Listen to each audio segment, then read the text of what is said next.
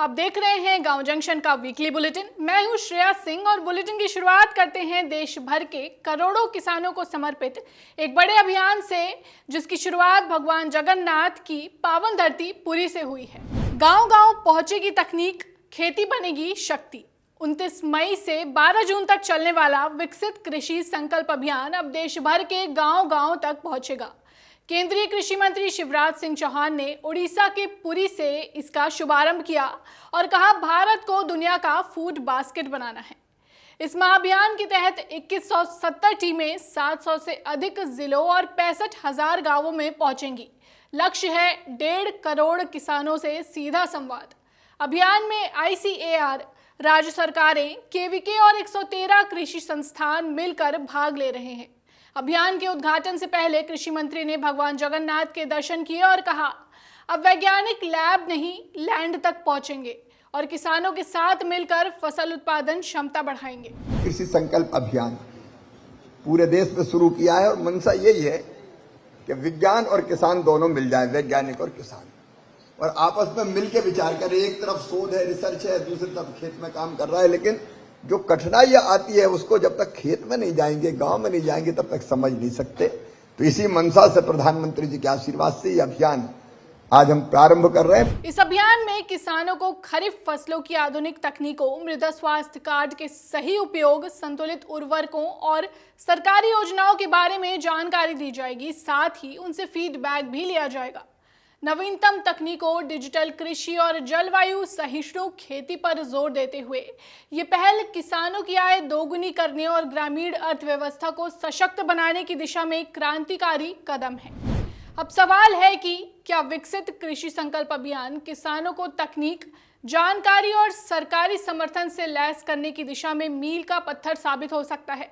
इसके क्या दीर्घकालिक प्रभाव दिखेंगे और क्या लैब टू लैंड विजन का सपना अब धरातल पर उतरने वाला है? एक्सपर्ट से जानते हैं। मुझे लगता है कि इसके बड़े दूरगामी प्रभाव होंगे, क्योंकि न कि टेक्नोलॉजी को किसानों तक ले जाना, वैज्ञानिक और अधिकारी गण, इवन हमारे माननीय मंत्री गण और हमारे जो जितने भी उसके पॉलिटिकल सिस्टम में हमारे रिप्रेजेंटेटिव हैं, वो भी हर जगह जाके इस मुहिम में भाग ले रहे हैं। और जो फीडबैक आएगा, टेक्नोलॉजी तो जाएगी, लेकिन जो फीडबैक फार्मिंग सिस्टम से आएगा उसको हम किस तरह से फर्दर इम्प्रूव कर सकते हैं टेक्नोलॉजी का, तो मुझे लगता है इस कार्यक्रम का बहुत दूरगामी प्रभाव होने वाला है।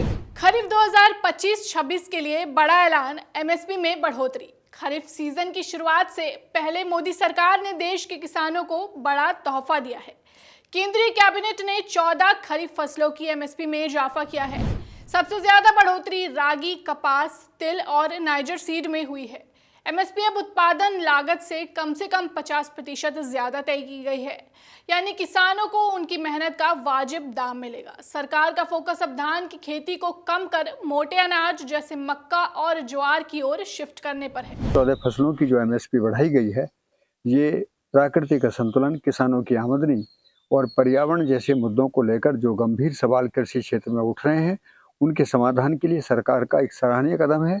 हम भारत के सभी किसान अपनी वर्तमान सरकार की बहुत ही ज़्यादा शुभकामना करते हैं, सराहना करते हैं और बधाई देते हैं कि MSP को जितना प्रभावी और पारदर्शी बनाया जाए, वो भारत के किसानों के लिए बहुत ही अच्छा होगा।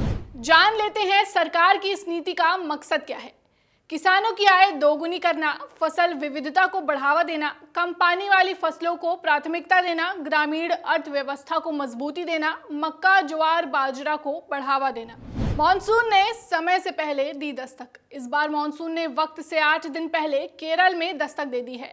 ये 16 साल में पहली बार हुआ है जब 1 जून से पहले ही मॉनसून आ गया। अब तो किसानों की राहत ही राहत, न सिर्फ गर्मी से बल्कि फसल बुआई में भी तेजी आने की उम्मीद है। केरल में तेज बारिश हो रही है और कई जिलों में रेड अलर्ट और ऑरेंज अलर्ट जारी कर दिया गया है।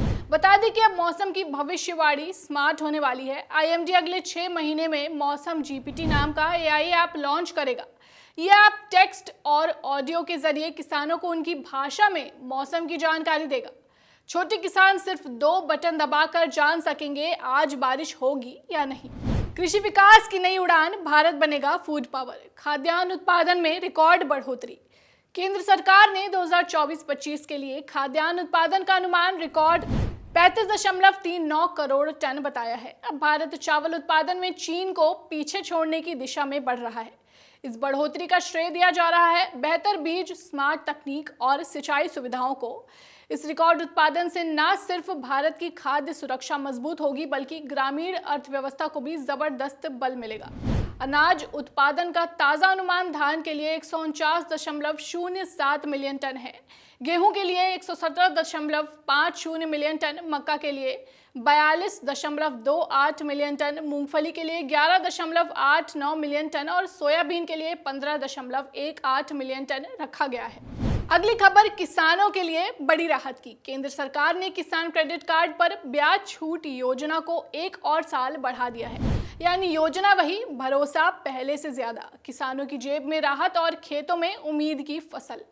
अब 3 लाख रुपए तक के अल्पकालिक ऋण पर किसानों को मिलेगी 7% की रियायती ब्याज दर और समय पर चुकाने पर सिर्फ 4% ही देना होगा।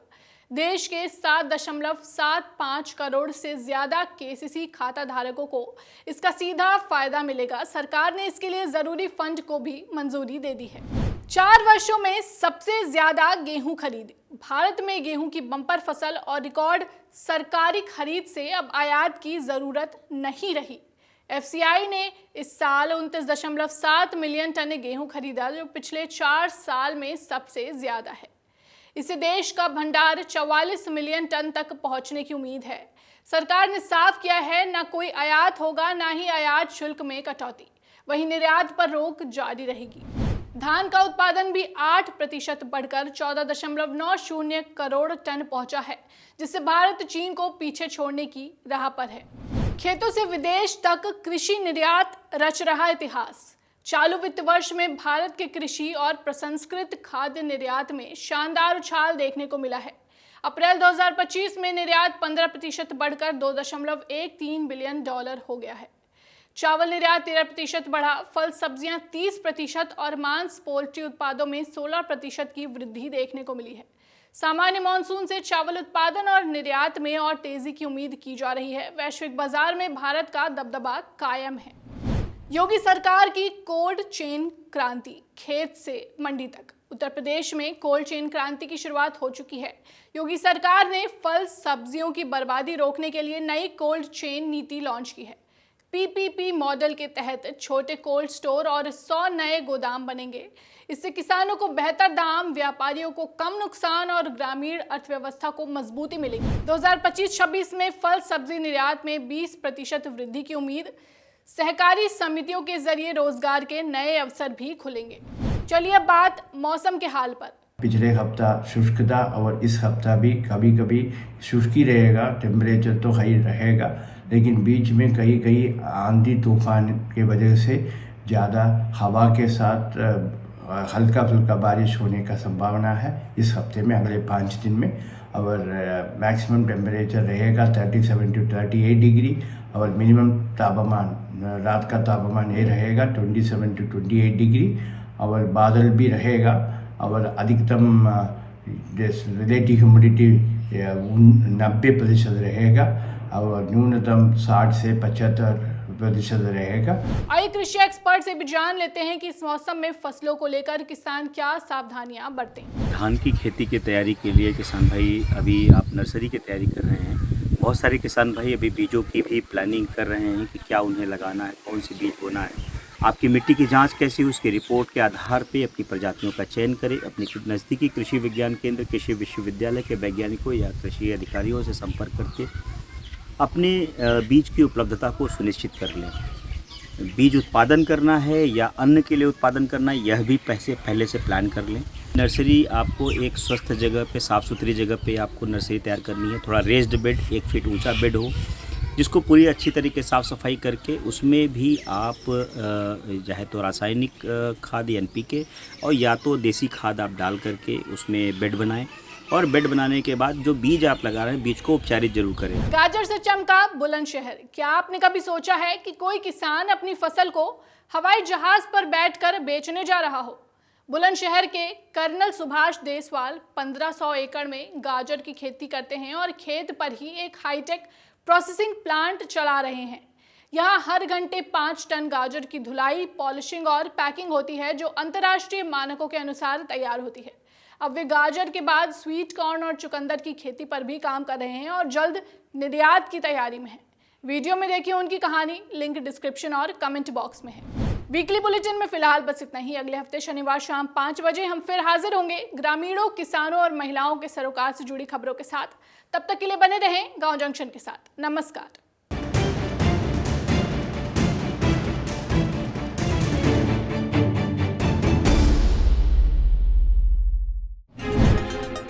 गांव जंक्शन को सभी सोशल मीडिया प्लेटफॉर्म्स पर फॉलो करें। व्हाट्सएप चैनल और जीमेल आईडी पर भी संपर्क साध सकते हैं।